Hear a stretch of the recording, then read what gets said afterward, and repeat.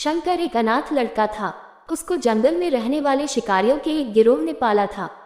उसके पास कोई औपचारिक शिक्षा भी नहीं थी। वह केवल एक चीज जानता था कि उसे कैसे जीवित रहना है, शिकार करना और जंगल के फलों को खाना और नदी के पानी को पीकर अपने आप को जीवित रखना जानता था। एक दिन वह अपना रास्ता भटक गया और उसने देखा कि कुछ लोग नदी के किनारे पर बने एक पत्थर की आकृति के चारों ओर जोर जोर से चिल्ला रहे हैं। कुछ लोग उस पर फूल, फल और नारियल चढ़ा रहे हैं। उसने सोचा ये कोई मकान होगा जिसमें लोग रहते होंगे, पर यह एक प्राचीन मंदिर था। लेकिन शंकर ने इसे पहले कभी नहीं देखा था, पर इसके बारे में जानने के लिए वह काफी उत्सुक था। उसने तब तक इंतजार किया जब तक कि लगभग सभी लोग उस मंदिर से नहीं चले गए। अंत में उसने एक युवा लड़के को पत्थर की इमारत से बाहर आते देखा और उससे बात करने का फैसला किया।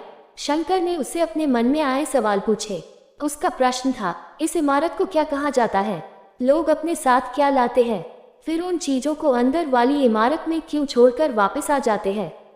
चीजों को अपने साथ लाना और उन्हें अंदर छोड़कर वापस चले जाने वाली बात पर वह लड़का शंकर की अज्ञानता व मासूमियत पर बहुत ही हैरान था और उसके सवालों से चकित भी था। पर वह नहीं जानता था कि वह पास के जंगल में रहता है और शिकार करके ही अपना जीवन यापन करता है। लेकिन फिर भी उसने उसके सवालों के जवाब देने की पूरी कोशिश की।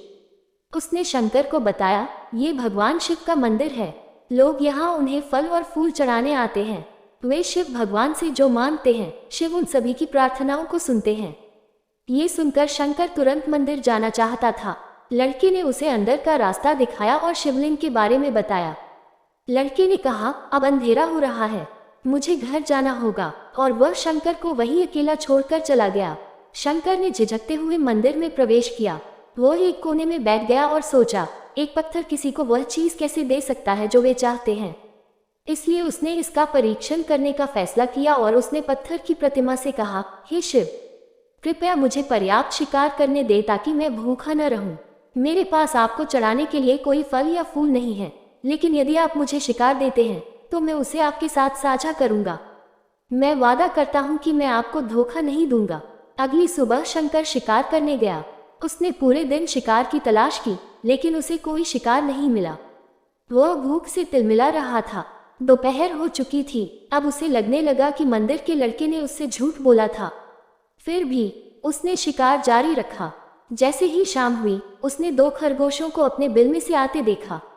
शंकर ने उन खरगोशों को मार डाला। चूंकि उसने शिव भगवान से वादा किया था कि वह अपने शिकार को साझा करेगा, वह मरे हुए खरगोशों में से एक के साथ मंदिर गया। देर हो चुकी थी और मंदिर सुनसान था। शंकर ने मंदिर में प्रवेश किया और जोर से कहा, कृपया आओ और अपना हिस्सा ले लो प्रभु। वो वहां बैठ गया और अंधेरा होने तक प्रतीक्षा करने लगा, लेकिन भगवान प्रकट नहीं हुए। शंकर को भूख और नींद आने लगी और उसने खरगोश को मंदिर में छोड़ने का फैसला किया। अगली सुबह जब लोग मंदिर पहुंचे तो उन्हें शिवलिंग के सामने मरा हुआ खरगोश मिला। भक्त बहुत परेशान थे। ये यहाँ कौन लाया है? उसने हमारे मंदिर को अपवित्र करने की हिम्मत कैसे की? उन्होंने खरगोश को बाहर फेंक दिया। अगले दिन शंकर फिर जंगल में शिकार करने गया, लेकिन इस बार उसकी किस्मत अच्छी नहीं थी और उसे शिकार भी नहीं मिला। उसने सोचा, आज रात को मंदिर जाना चाहिए और शिव से पूछना चाहिए कि उनको खरगोश का भोजन कैसा लगा। शंकर ये पूछने के लिए मंदिर गया। जब वह मंदिर पहुंचा तो उसके आश्चर्य का कोई ठिकाना न रहा। उस रात मंदिर में लोगों की काफी भीड़ थी। शिवरात्रि की रात थी, लेकिन अबोध शिकारी लड़के को इस बारे में कुछ भी नहीं पता था। शंकर ने चारों ओर देखा और उस युवा लड़के को देखा जिसने उसको मंदिर के अंदर शिव से प्रार्थना करने के लिए कहा था। चूंकि उसे इतने सारे लोगों के आसपास रहने की आदत नहीं थी, उसने वहीं रुकने का फैसला किया और पास के एक बेल के पेड़ पर चढ़ गया। यह एक लंबा इंतजार था और समय बिताने के लिए उसने पेड़ से पत्ते तोड़कर जमीन पर फेंकना शुरू कर दिया। पेड़ के नीचे एक छोटा सा शिवलिंग था जिसकी पूजा लंबे समय से नहीं की गई थी। शंकर के द्वारा फेंके गए बेल के पत्ते उस शिवलिंग पर गिरे। रात भोर में बदल गई और सभी भक्त मंदिर से चले गए।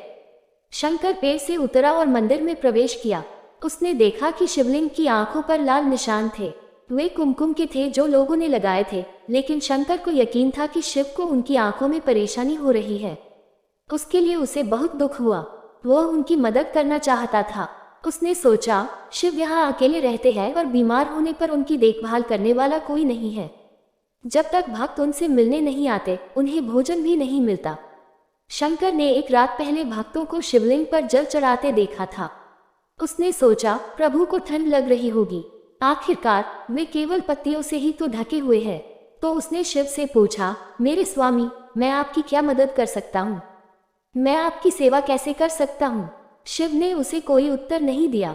शंकर ने सोचा भगवान वास्तव में बहुत बीमार है, क्योंकि वह उत्तर देने में भी असमर्थ हैं।